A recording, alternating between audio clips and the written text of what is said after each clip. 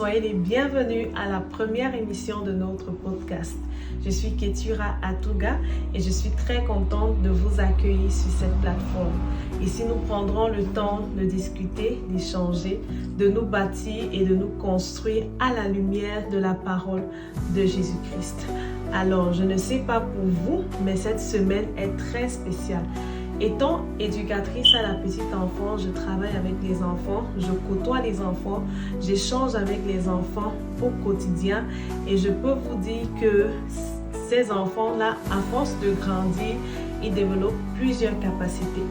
À partir d'un certain âge, ils sont capables de vous lister toutes les fêtes de l'année. Ils sont capables de vous parler de toutes les fêtes de l'année, surtout les fêtes auxquelles ils ont été exposés. Et une période comme celle-ci en est une où ils sont vraiment contents. Vous savez pourquoi? C'est l'Halloween. Ils sont très contents en garderie, au Québec plus précisément. Il y a des décorations, il y a des costumes, on parle de déguisement et on parle surtout de quelque chose, les bonbons. Les enfants adorent les bonbons, les enfants aiment le monde imaginaire et l'Halloween est cette période qui leur permet d'extérioriser, de manifester, de représenter le monde imaginaire qu'ils aiment énormément. Alors, je ne sais pas pour vous, mais au milieu de toute cette fête, au milieu de toute cette animation, de toute cette ambiance, moi, je veux penser aux familles qui ne célèbrent pas Halloween. Je veux penser aux enfants qui sont encore enfermés. Je veux penser aux adolescents qui restent encore dans les maisons. Je veux penser à l'ambiance qui n'est pas forcément joviale dans d'autres maisons, surtout les maisons chrétiennes. Pourquoi? Parce que les valeurs, la fête ne sont pas les mêmes chez eux. Plusieurs ne comprendront pas pourquoi. Pourquoi ne se joignent-ils pas à nous pour la fête? Pourquoi ne se déguisent-ils pas simplement? Pourquoi est-ce qu'ils n'entrent pas simplement dans le mouvement? Vous savez, à l'origine, Halloween n'était pas une fête joyeuse. À l'origine, dans certaines cultures, cette période de l'année, les personnes pensaient que des morts revenaient et se baladaient dans les quartiers. Alors qu'est-ce qu'ils faisaient? Ils se déguisaient, ils faisaient des rituels, ils allumaient des feux pour les effrayer et pour se protéger. C'était ça l'Halloween ou alors c'était ça le contexte historique à la base.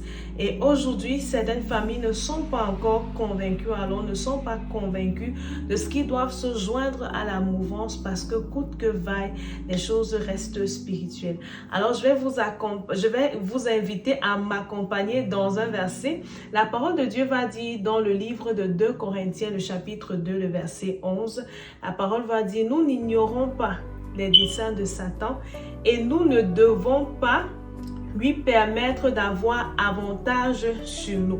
Nous n'ignorons pas les desseins de Satan et nous ne devons pas lui permettre d'avoir avantage sur nous. Ça, c'est 2 Corinthiens, le chapitre 2, le verset 1. Autrement dit, l'Esprit de Dieu nous invite à être sobres. L'Esprit de Dieu nous invite à discerner. L'Esprit de Dieu nous invite à être éveillés, à ne pas considérer les choses juste telles qu'elles sont, mais à savoir que toute chose a une origine spirituelle et c'est très important avant de faire quoi que ce soit, de comprendre le pourquoi et de comprendre le comment. Dans sa forme initiale, nous savons tous, Halloween célèbre la peur. Halloween célèbre la mort. On va remarquer dans les magasins le rayon Halloween. Ce sont les squelettes, ce sont les fantômes, ce sont les sorcières, ce sont des tombes, ce sont des ripes, c'est du sang, bref, c'est la mort.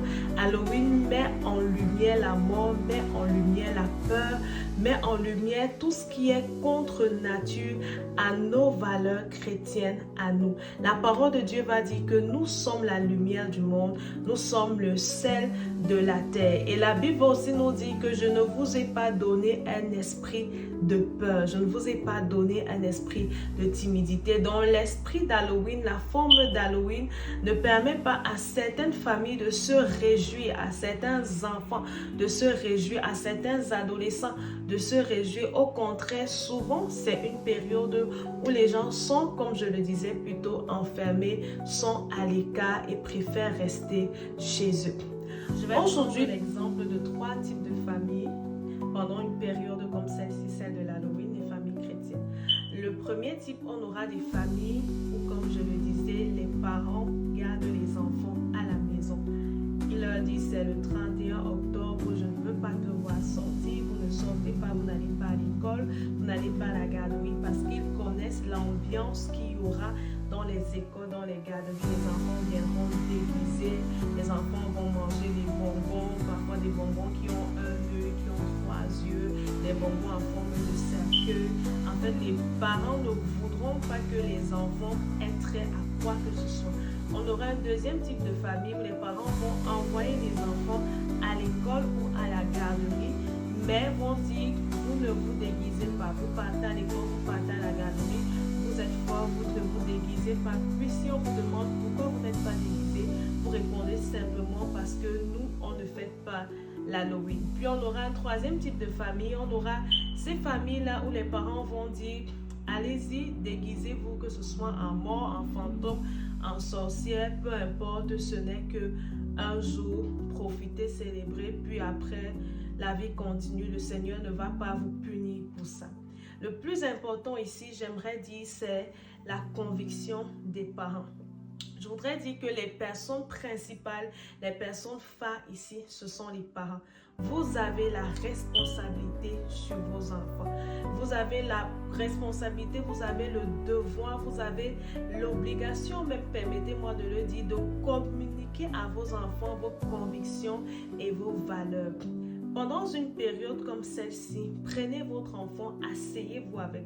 Parce que la vérité est que même si vous le gardez enfermé pour une journée, je peux vous rassurer qu'à partir du début octobre, la ville est déjà décorée. Votre enfant va vous demander, maman, pourquoi il y a des momies, pourquoi il y a des squelettes, pourquoi il y a des fantômes, pourquoi pas des sorcières. À la garderie, ça en parle. À l'école, on en parle. Les enfants parlent de leur déguisement et pas des bonbons qu'ils vont aller ramasser. Soyez transparent avec votre enfant. Asseyez-vous avec, discutez avec, demandez-lui qu'est-ce que tu penses de l'Halloween.